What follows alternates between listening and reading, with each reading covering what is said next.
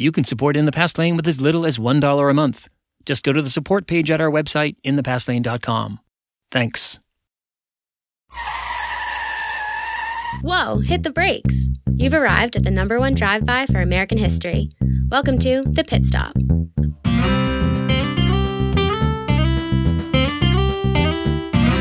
Brought to you by In the Past Lane, the podcast about history and why it matters. Here's Edward T. O'Donnell, your host and historian at large.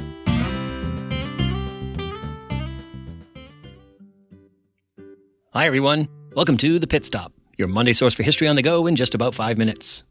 We offer this feature every Monday, in addition to our full feature episodes. Here's what happened in American history the week of September 30th, 2019. Let's start with birthdays. October 1st, 1914, historian Daniel Boorstin was born in Atlanta, Georgia. Boorstin was a member of the faculty at the University of Chicago.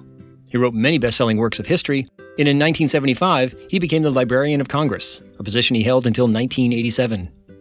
On the importance of studying history, Daniel Boorstin once said, "Trying to plan for the future without knowing the past is like trying to plant cut flowers." And if you like this quote, you can get it on a t-shirt, coffee mug, and more at inthepastlane.com. This week is a big one for presidential birthdays, starting with the 39th President of the United States, Jimmy Carter, who was born on October 1st, 1924 in Plains, Georgia. Carter had a difficult one-term presidency, but in the nearly 4 decades since he left office, he has earned a reputation as one of the most successful and admired former presidents in U.S. history. Happy 95th birthday, President Carter. Also born this week, the 19th President of the United States, Rutherford B. Hayes, who was born in Delaware, Ohio on October 4th, 1822. And on October 5th, 1829, the 21st President of the United States, Chester A. Arthur, was born in Fairfield, Vermont. Like Carter, these men also had difficult single-term presidencies. Reflecting those difficulties, Chester A. Arthur once said, "I may be President of the United States, but my private life is nobody's damn business." October 2nd, 1890, comedian and actor Groucho Marx was born in New York City. Marx became famous in the 1930s as leader of a comedic pack of brothers known as the Marx Brothers. They made a series of hit comedy films that included Duck Soup, Animal Crackers, and Horse Feathers. Groucho later hosted a popular radio and TV show called You Bet Your Life. Marx once said, "Outside of a dog, a book is a man's best friend. Inside of a dog, it's too dark to read." October 6, 1917, civil rights activist Fannie Lou Hamer was born in Montgomery County, Mississippi. Hamer was only 5'4", but she was fearless in the face of violent white supremacy in the 1960s. She once said, "If I fall, I'll fall 5 feet 4 inches forward in the fight for freedom. I'm not backing off." All right, what about events? In addition to 3 presidents being born this week, it's also the anniversary of the debut of 3 iconic fixtures of American popular culture. October 1st, 1955, the television show The Honeymooners, starring Jackie Gleason, made its debut. 2 days later, on October 3rd, 1955, the children's television program The Mickey Mouse Club debuted.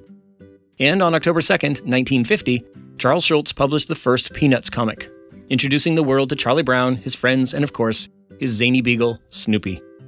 October 4th, 1957, the Soviet Union shocked the United States and the world by successfully launching a satellite into orbit around the Earth. It was called Sputnik, and even though it was quite primitive, it triggered a panic in the U.S. government. Many people claim that Sputnik was evidence that the Soviet Union was overtaking the United States in the race for military dominance during the Cold War. In response, the Eisenhower administration appropriated millions of dollars for scientific research. It also created the agency known as NASA. This week also has 2 important events in the history of women struggling for the right to vote. On September 30th, 1889, Wyoming became the first state in the nation to grant voting rights, or suffrage, to its female citizens. In the coming decades, several more states, most of them in the West, also granted women the right to vote. 29 years to the day after Wyoming made history, on September 30th, 1918, President Woodrow Wilson went before the U.S. Congress to urge it to pass an amendment granting women the right to vote nationwide. For Wilson, this move represented a major shift, as he had opposed women's suffrage up to this point. But relentless picketing outside the White House by women's suffrage advocates, along with the U.S. entry into World War I, prompted him to change his mind. Wilson's support helped women gain the right to vote 2 years later. And October 1st, 1908, the Ford Motor Company unveiled its new car called the Model T. This 4-cylinder, 20-horsepower vehicle cost $825, which you could buy on credit, and it featured a number of design innovations that made it a big hit. In 1909, Ford sold 18,000 Model Ts. By 1912, sales topped an astonishing 170,000. and the Model T, or Tin Lizzie as it was nicknamed, was well on its way to transforming the United States into a nation of automobile drivers. By 1920, there were 8 million cars on the road, and counting. Okay, time for the last word. Let's give it to President Woodrow Wilson, who, 101 years ago this week, urged Congress to pass the 19th Amendment, granting women the right to vote. Wilson spoke of it as a step that was essential to U.S. victory in World War I. Here's how he put it. I regard the concurrence of the Senate and the constitutional amendment proposing the extension of the suffrage to women as vitally essential to the successful prosecution of the great war of humanity in which we are now engaged. The tasks of the women lie at the very heart of the war, and I know how much stronger that heart will beat if you do this just thing and show our women that you trust them as much as you, in fact, and of necessity, depend upon them. I tell you plainly, as Commander-in-Chief, that this measure which I urge upon you is vital to the winning of the war. I, for one, believe that our safety, as well as our comprehension of matters that touch society to the quick, will depend on the direct and authoritative participation of women in our councils. We shall need their moral sense to preserve what is right and fine and worthy in our system of life, as well as to discover just what it is that ought to be purified and reformed.